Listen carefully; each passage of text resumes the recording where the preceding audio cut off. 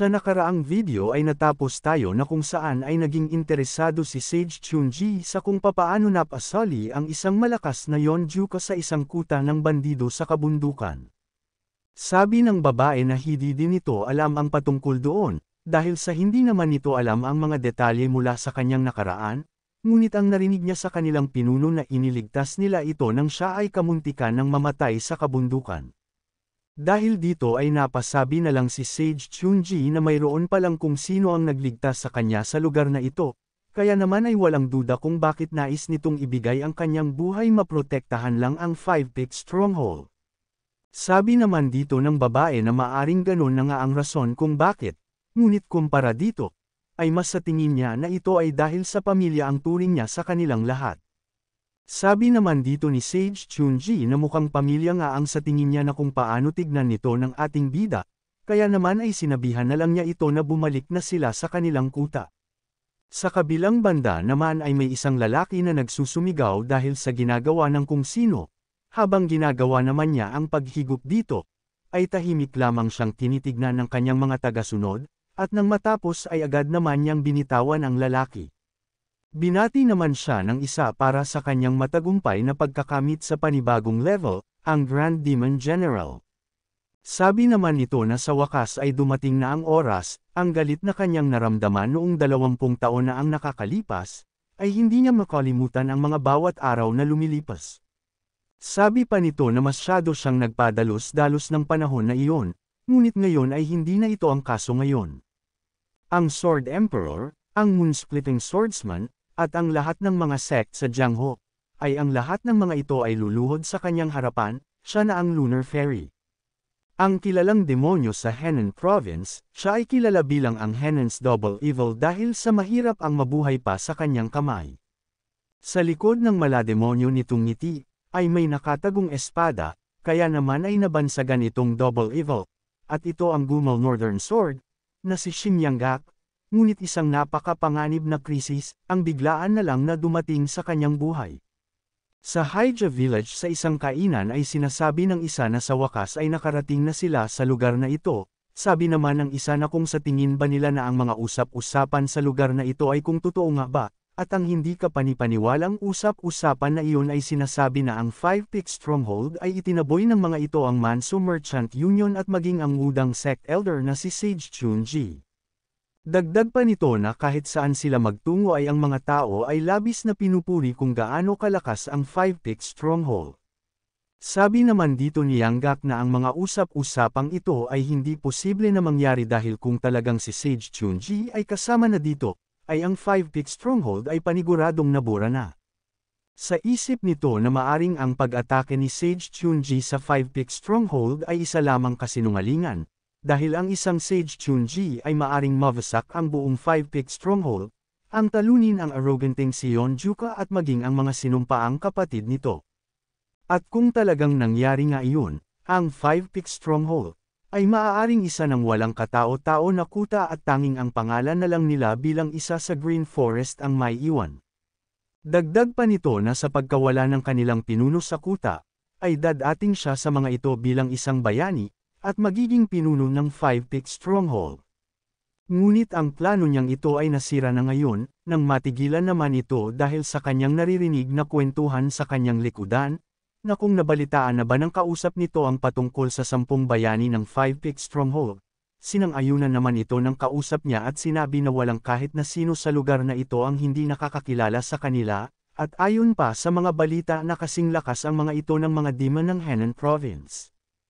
Hindi naman napigilan ng kasama nito na tanungin ang mga nag-uusap sa kabilang lamesa na kung gaano ba kalakas ang mga ito upang pag-usapan sa kung saan. Sumagot naman ang lalaki sa kabilang mesa at sinabi na ayon sa kanyang narinig na ang White Wolf Captain at ang Wudang Sect Elder ay natalo lamang nang walang kahit na anong nagagawa sa mga ito. Galit naman na napapasabi si Yanggak na ang mga tinaguriang mga 10 bayani ng Five Peak ay mukhang mas makapangyarihan pa kumpara sa kanyang inaakala. Sabi pa ng ibang nakapalibot kay Yanggak na ayon sa kanilang narinig ay tinatanggap muli ng mga ito ang mga taong umalis at ninais na bumalik sa kanila, Dagdag pa nito na sa kanyang nabalitaan ay ang Five Peaks Stronghold sa ngayon ay madami na muling mga tao ang nakatira dahil madaming mga tao ang nagpuntahan dito mula sa kung saan-saan matapos na mabalitaan ang mga usap-usapan. Dahil dito ay nagtanong naman kay Yanggak ang isa nitong kasama na kung ano na ang kanilang sunod na gagawin, dahil sa tingin niya na ang Five Peaks Stronghold ay totoong nakaligtas sa pag-atake ng mga ito. Naiinis naman ito sa Manso Merchant dahil mukhang nagsinungaling ang mga ito sa balitang isasama nila ang Wudang Sect Elder na si Sage Chunji sa kanilang paglusob, at talaga namang mahirap paniwalaan na ang isang Sect Elder ay sasama sa paglilinis ng mga bandido sa kabundukan. Sabi naman dito ng isa na sinabi nito sa kanila na mag-uumpisa sila sa mataas na ranggo sa Five Peaks Stronghold kapag bumalik sila dito. Bigla naman na nagalit dito si Yanggak at sinabi na mukhang sinisisi nila ito ngayon. Sabi naman ng nagtanong na hindi naman ito ang kanyang gustong sabihin, ngunit nang nagbigay ng suhestyon si Baekgyu na magtungo na lang sila sa Crimson Wind Stronghold, ngunit sinabi nito sa kanila na ang kung sino ang mga tatalikod sa kanya ay hindi natatanggapin, kaya naman ay nagtiwala ang mga ito sa kanyang salita at sumunod sa kanya hanggang dito. At kung magpapatuloy pa sila sa pagsunod sa kanya ay kailangan nila ng kahit na papaano ay pagkakapitan. Sa galit ni Yanggak ay napahampas naman ito sa kanilang mesa, sabi nito na kung ang mga usap-usapang ito ay hindi mali, ay kung ganun ay ang Five Peaks Stronghold ay ang lugar na kung saan ay tumatanggap ng mga taong nais na bumalik matapos na talikuran ang kuta. Sabi naman ng isa na sa tingin niya na kung nais ng mga ito na ipagpatuloy ang pagiging isa sa Green Forest Stronghold ay mas mabuti na magkaroon ng mga ito ng mga tauhan. Masaya namang sinabi ng isa na kung ganun ay maari na silang bumalik sa Five Peaks Stronghold, na sinang-ayunan naman ng isa at sinabi na mas maganda pa itong gawin kumpara sa pagpunta sa Crimson Wind Stronghold, dahil narinig niya na kung gaano kalupit ang pinuno ng Crimson Wind Stronghold. Ngunit tinanong naman nito si Yanggak na sa tingin niya ay mas nakakatakot pa din si Yeonjuka, at hindi nito alam kung hahayaan lamang sila nito na bumalik. Nang bigla naman na nakatikim ito kay Yanggak, sabi nito na sigurado siya na iniisip ng lahat na umalis lamang sila sa Five Peaks Stronghold ng pansamantala upang maprotektahan ang iba pa nilang mga kasamahan, na sinang-ayunan naman ng isa dahil hindi naman sila tumakas sa mga ito. At ito ang dahilan na kung bakit si Yanggak ay wala sa Five Peaks Stronghold ngayon, na sinang-ayunan naman ng isa at sigurado din siya na ang lahat ng mga kasama nila ay hinihintay sila na makabalik. Sa isip naman ni Yanggak na kung ito ang kaso, ay walang kahit na sino sa Five Peaks Stronghold ang may alam patungkol sa Merm kung hindi siya lamang. Hindi din nagtagal sa Five Peaks Stronghold, ay nagtataka naman ang mga tao sa kanilang nakikitang mga paparating, at sinasabi ng mga ito na kung anong mayroon sa mga ito at kung bakit may lakas pa ng loob sila na magpakita muli sa kanila. Tinanong naman ng isa na kung sila ba ang naunang umabandon sa kanilang kuta at mukhang sila pa itong mga walang hiya sa kanilang pagbabalik, at ang mga balat ng mga ito ay singkapal ng sa balat ng elepante. Sabi naman ng isang kasama ni Yanggak na ang atmosfera sa paligid ay mukhang hindi maganda. At tingin niya na ang mga ito ay hindi masaya sa kanilang pagbabalik. Sumagot naman dito si Yanggak at sinabihan ang mga ito na huwag na nilang intindihin pa ang mga ito, dahil ang kailangan lang nilang gawin ngayon ay ang makipagkita sa kanilang pinuno at sabihin na hindi naman talaga nila inabandona ang kanilang kuta. Tinanong naman siya ng isa na kung papaniwalaan kaya sila nito, dahil sa pakiramdam niya ay tinatrato sila dito ng lahat bilang mga kriminal na tumakas sa kanilang kuta. Sabi naman dito ni Yanggak na huwag nang mag-alala pa ang mga ito, dahil wala namang maglalakas ng loob sa mga ito na magsabi ng kung ano sa kanilang harapan. Nang bigla naman itong natigilan, dahil sa may nakita itong malaki at malalim na pagkakasira sa harapan ng kanilang kuta. Sabi naman ng kasama nito sa likod na mukhang may kung sino ang nais na magpataba ng lupa sa harapan ng kanilang kuta, hindi naman dito naniniwala si Yanggak. Sa isip nito na ang mga markang naiwan dito ay gawa ng isang martial arts technique. At mayroong isang tao sa Five Peaks Stronghold ang may kakayahan na gawin ang ganitong bagay, ngunit kahit pagaano kahalimaw ang isang Yeonjuka, ay hindi ito ang marka na maaring magawa ng isang Demon Slaying Blade technique. Nang bigla naman na may nagsalita sa kanilang likudan at tinatanong na kung si Yanggak ba ang dumating sa kanilang kuta, kaya naman ay tinanong niya ito na kung anong lakas ng loob nitong magpakita pa dito. Matapos ay sumigaw naman si Yang Gak at sinabi na kung sinong malakas ang loob na kumakausap sa kanya ng ganito. Nang sinigawan naman siya nito at sinabi na siya ito, si Lee Chul-san, matapos ay tinanong siya ng mga ito na kung nababaliw na ba siya. Ngunit sinagot naman siya ni Chul-san na kung siya ba itong nababaliw na, kaya naman ay nagalit ito dito at sinabi na dahil sa biglaan lamang siyang nawala sa lugar na ito ay ang pagkasunod-sunod sa posisyon sa kanilang 5-pick stronghold ay naging basura na. Sabi naman ni Chul-san na kung ganon ay bakit hindi siya muna nito batiin bilang nakakataas sa kanila. Sa loob naman ng 5-pick stronghold, ay nagmamadaling tinatawag ng isa nitong kasama ang kanilang pinuno upang ibalita na bumalik na sila Shin Yang-gak, Huang Yunyong, at ang iba pang mga kasama nito sa 5-pick stronghold. Nagtataka naman dito ang kanilang pinuno sa pagkakarinig sa pagbabalik ng matandang si Yang-gak. Sabi naman dito ng ikalawa nitong kapatid na mukhang bumalik ang mga ito dahil sa wala nang makain ang mga ito. Kaya naman ay tinanong nito ang kanilang pinuno na kung hindi naman siguro nito balak na kuhain pabalik ang mga ito, dahil sa hindi nito gusto ang matandang iyon. Dagdag pa nito na kahit ano pa man ang maging dahilan nito sa kanyang pagbabalik, ay siya itong naunang tumalikod sa kanila at kinumbinsi ang iba pa na sumama sa kanya na umalis sa kanilang kuta. Sinang-ayunan naman ito ng kanilang pinuno at sinabi na totoo ang kanyang mga sinasabi, ngunit para sa kanya ay isa pa din ito sa kilalang malalakas sa loob ng Henan Province, at ang kagaya nito ang labis nilang kailangan.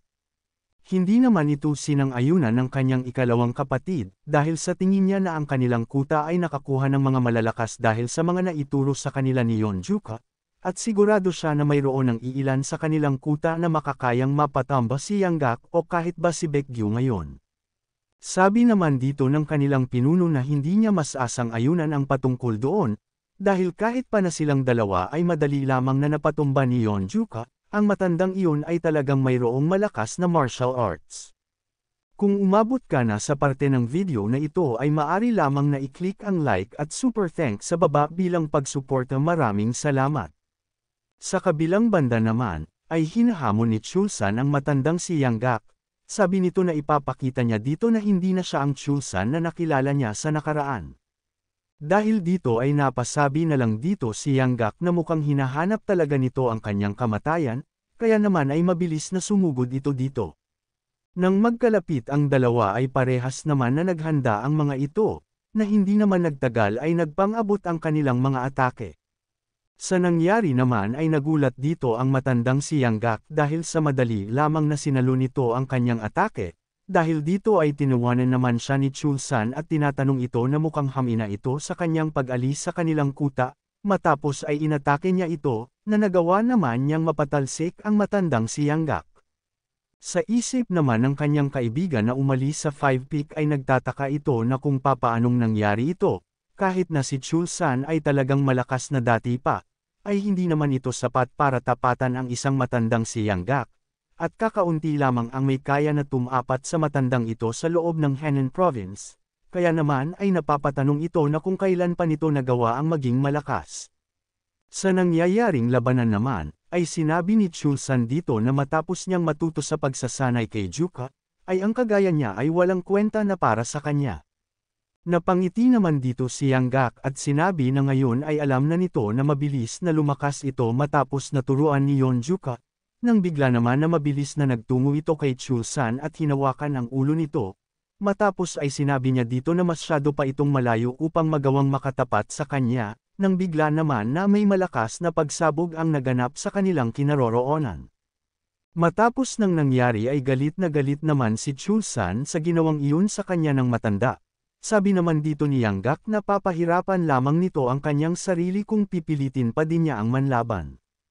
Dagdag pa nito na huwag siyang babangga dito, ngunit sabi naman si Chul-san na nag-uumpisa pa lang ang kanilang laban, dagdag pa nito na walang paraan para matalo siya nito, sa isang tao na tumakas lamang sa kanilang kuta dahil sa labis na takot. Ngunit nang inatake naman niya ito ay mabilis na nakailag dito si Yang-gak, kaya naman ay nakaramdam ito ng galit at sa isip nito na mukhang nais talaga ng isang ito na talunin siya anuman ang mangyari. Kaya naman ay agad itong naghanda ng malakas na atake at sa isip nito ay sinasabi niya dito na siya ang nagdala nito sa kanyang sarili kaya naman ay huwag nilang sisihin siya para sa gagawin niyang ito. Nang bigla naman na may dumating mula sa kung saan, at inilagay ang isang daliri nito sa noo ng matanda, matapos ay sinabi nito na tumigil na siya sa kanyang gagawin. Sa nangyari ay nagtataka naman ito, at napapatanong na kung ano ang nangyari sa kanya. Sabi naman dito ni Sage Chunji na hindi nito kilala kung sino siya, ngunit sinabi niya dito na hindi siya sigurado na kung maaari siyang gumamit ng nakakamatay na teknik sa lugar na ito. Sa isip naman ni Yang Gak ay napapatanong siya na kung papaanong naging maaring mangyari na magawa lamang na mapahinto ang kanyang atake gamit lamang ang isang daliri, at mukhang may isa pang halimaw sa lugar na ito bukod kay Yonjuka. Sabi naman dito ni Chusan na huwag niya silang pigilan na maglaban, dahil nag-uumpisa pa lamang siyang bigyan ito ng leksyon, ngunit sinagot naman siya dito ni Sage Chunji na ang pag-alam sa pagkakaiba pagdating sa lakas ay isa pa ding mahalagang kakayahan, at ang taong ito ay ilang ulit na mas malakas kumpara sa kanya. Sabi nito na hindi pa niya ipinapakita ang kanyang totoong kakayahan, kaya naman ay sinabi nito na huwag na sanang makialam sa kanila ang isang Sage Chunji. Sa nangyari ay nabigla naman dito si Yang Gak at napapatanong na kung talaga ba na sinabi nito na ang tao sa kanyang harapan ay ang kilalang si Sage Chunji, at tinanong niya ito na kung siya ba talaga ang Wudang Sect Elder na si Sage Chunji, na sinang-ayunan naman niya at kinumpirma na siya nga mismo ang kanyang tinatanong. Sa isip nito ay hindi naman siya makapaniwala, nang bigla naman itong natigilan dahil kung ganun, ang usap-usapan sa kanyang pagkakatalo ay totoo. Dahil dito ay tinanong naman niya ito na kung bakit ang isang Wudang Sect Elder ay nasa Green Forest Stronghold. Nang bigla naman na may nagsalita sa di kalayuan at sinabi na hindi naman ito parte ng Five Peak Stronghold, kaya naman ay ano naman sa kanya ang patungkol sa kanyang tinatanong. Habang papalapit dito si Yonjuka ay sinabi nito na kung babalik siya dito matapos na gumawa ng malaking kaguluhan, ay sigurado naman na handa ito sa kung anong maaring mangyari sa kanya. Makalipas ang ilang mga oras sa first peak ng Five Peak Mountain, galit na galit si Yang Gak habang naglalakad. Sabi nito na pinagharian niya ang buong Henan Province. Siya na nagagawang mapahinto sa takot ang mga sanggol na umiiyak, kaya naman ay napapatanong siya na kung sa papaanong napunta siya sa nakakahiyang sitwasyon niya ngayon, kaya naman ay sinabi niya na hinding-hindi niya makakalimutan ang ginawang ito sa kanya ngayong araw ni Yonjuka. Ilang oras bago ito, ay tinitignan lamang sila ni Sage Chunji, at sa isip nito na mukhang maaring mapaslang ang isang ito sa ginagawa sa kanya ng ating bida, sa isip din ng ibang nakakakita na mukhang nais nitong paslangin ang matandang ito. Habang sinasalag naman ng matandang si Yang Gak, ay napapasabi naman siya na ang isang halimaw na ito ay talagang totoong halimaw. Sa kasalukuyan naman habang naglalakad ito sa kabundukan ng Five Peak Mountain, ay nangako ito sa kanyang sarili na balang araw ay mababawian din niya ang ating bida.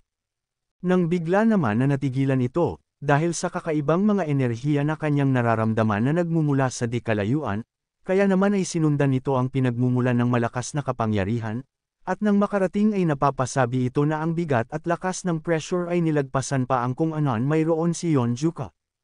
Ngunit bigla naman itong natigilan nang makita si Sage Chunji, sabi naman ni Juka habang papasugod sa elder na ang kanyang ginagawa ay talagang nakakamangha dahil sa napakalakas ng enerhiya ng kanyang ginagawa. Tinatanong ito na kung nagawa na ba nitong mapagtagumpayan ang Free Ultimate, kaya naman ay sinabi nito na ang kanilang laban ay talagang nakakapanabak at agad na itong naghanda sa itaas ng Elder upang umatake. Ngunit napangiti naman dito si Sage Chunji at sinabi na mukhang parehas lamang sila ng nararamdaman nito, kaya naman ay mabilis na hinawakan nito ang kanyang sandata, matapos ay humingi ito ng tawad dito, dahil sa tingin niya ay nagawa na niyang malampasan ito. Kaya naman ay agad na nitong pinakawalan ang malakas na atake na kanyang iniipon. Napangiti naman dito si Juka at sinabihan ito na ang kanyang sinasabi ngayon ay hindi posible. Sa kabilang banda naman ay habang nagmamasid si Yang Gak ay napapatanong ito na kung ano naman ang nangyayari sa lugar na ito, at sa tingin niya na mukhang mayroong duwaylong nangyayari sa dalawa.